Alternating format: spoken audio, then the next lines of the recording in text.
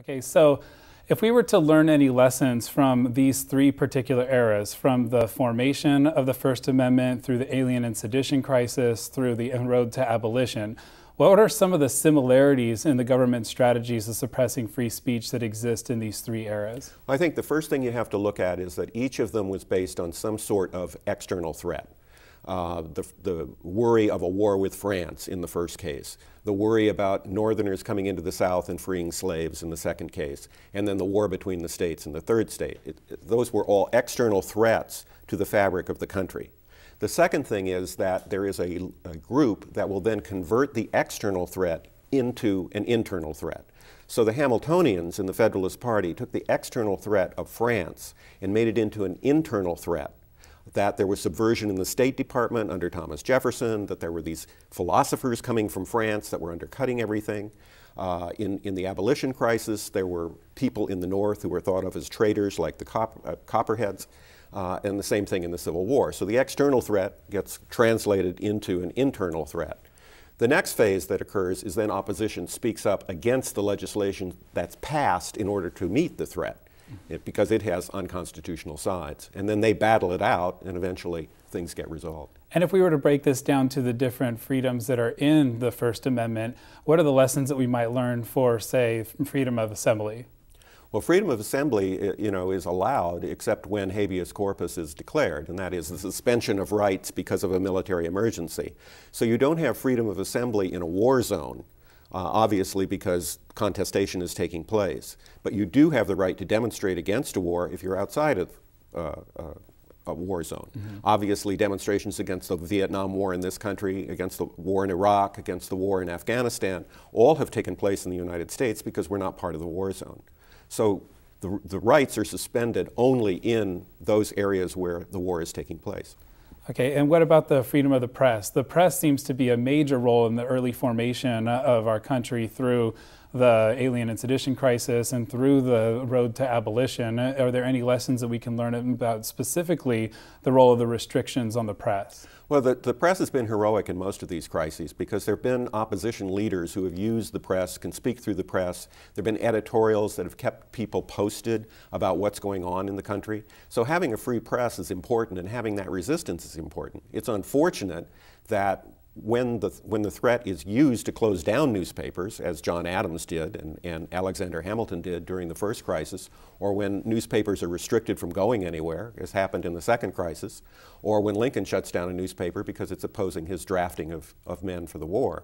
But editors have been pretty heroic and have kept newspapers going and opposition going, and very often they have helped save our constitutional rights. Are there any important differences that you see in the way that the government responds to these crises throughout these three particular eras? Yeah, I think that you can look at the three branches of government and figure out which one operated in initiating the legislation and initiating the crisis. In the first crisis, it was the Congress, it was the Federalists, and the President went along with it, and the Supreme Court looked the other way. In the second crisis, it was the President who initiated the crisis, Andrew Jackson, and then the Congress stopped him, and then he continued it, and the Supreme Court looked the other way. And then during the Civil War, it was the President that initiated the suspension of rights, and the Supreme Court looked the other way, and Congress went along with them. So how those play out in each crisis helps define how that crisis comes together. And what are some of the lessons that we can learn from these three crises as applied to today?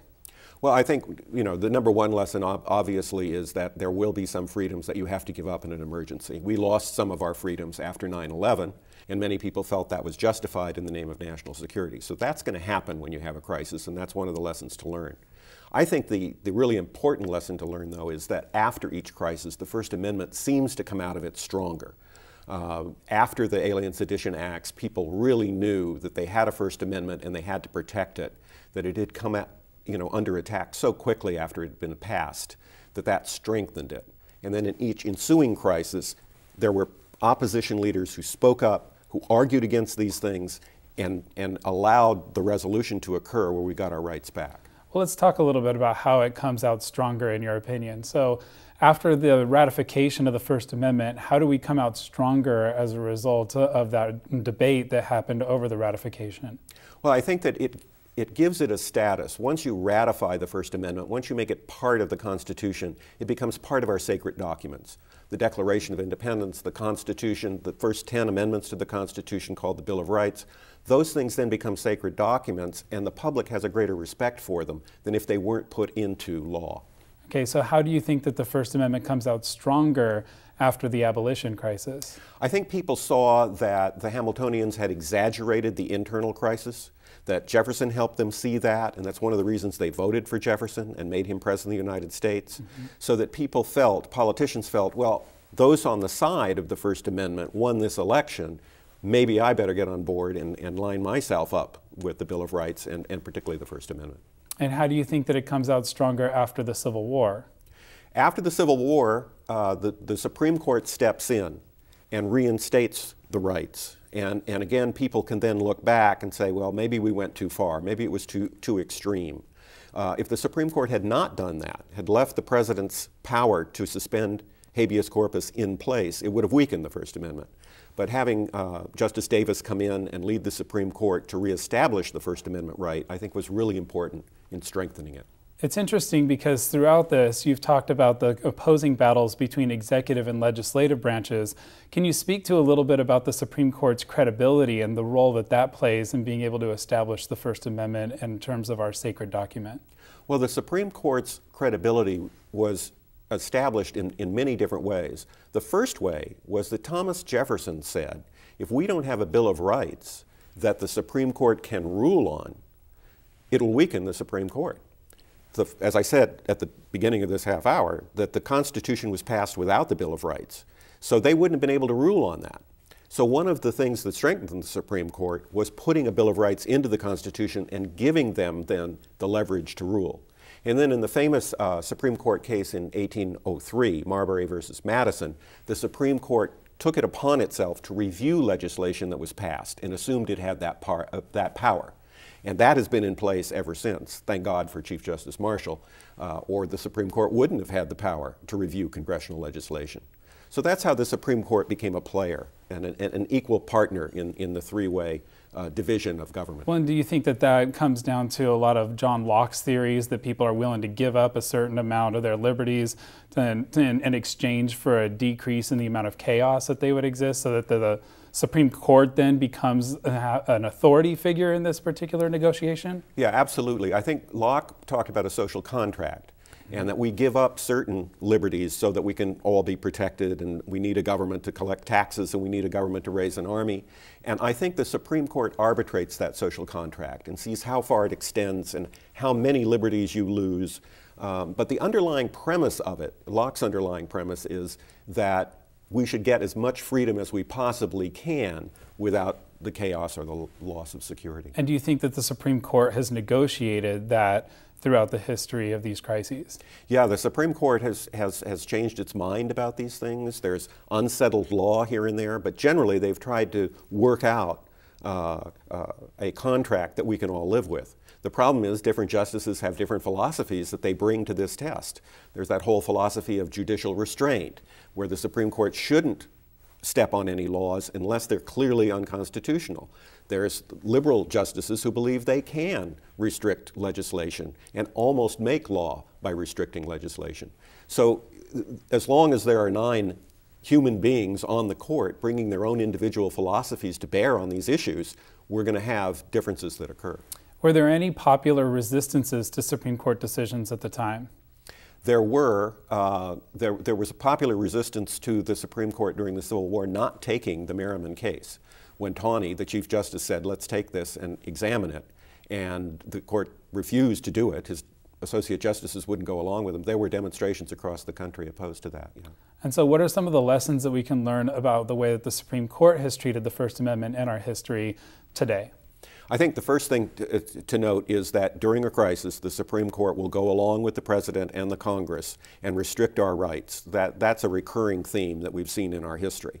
The second thing is that the Supreme Court, after the crisis ends, comes in and tries to restore those rights. And that's the best way, the best venue to go to restore rights, not to go to the President who restricted the rights, or the Congress that restricted the rights, but to go to the Supreme Court and get those reestablished that way. I'd like to make sure that you have an opportunity to maybe speak about some of these early suppressive speeches that I have not asked today. Is there anything that you would like to talk about in terms of these three crises that you think are significant to our understanding of the way that government has responded to our free speech rights? Well, I think the important thing is that we realize that all of these people, all these players, are humans. And you can, a famous judge once said, "You make the law, just let me interpret it." And it's the people who are interpreting the law that decide what it really says. And that's dangerous. And we need to be very vigilant about that kind of thing. Because if we're not, then our rights will be taken away by fiat. So it's important that we pay attention to that. The other thing that I think is very important is that people get involved in the ratification process and the recognition of chief justices, of associate justices when they're appointed. The press does a very good job of making available to us what those qualifications are for those people. We need to pay attention and make sure we're getting people on the court that can protect our rights. I'd like to thank Dr. Craig R. Smith for joining us today to be able to talk about his book, Silencing the Opposition. Silencing the Opposition is a wonderful book that traces the history of our government and its use and suppression of free speech in America, both the way that we are liberated and by the way that we are oppressed. And so the First Amendment throughout history is an important site because most of the struggles that Americans have are investigated through these particular lenses. And so I'd like to urge you to be able to tune in to our next series, which is going to cover the labor movement up through our contemporary struggles in the post-9/11 era. On behalf of us, we would like to thank you.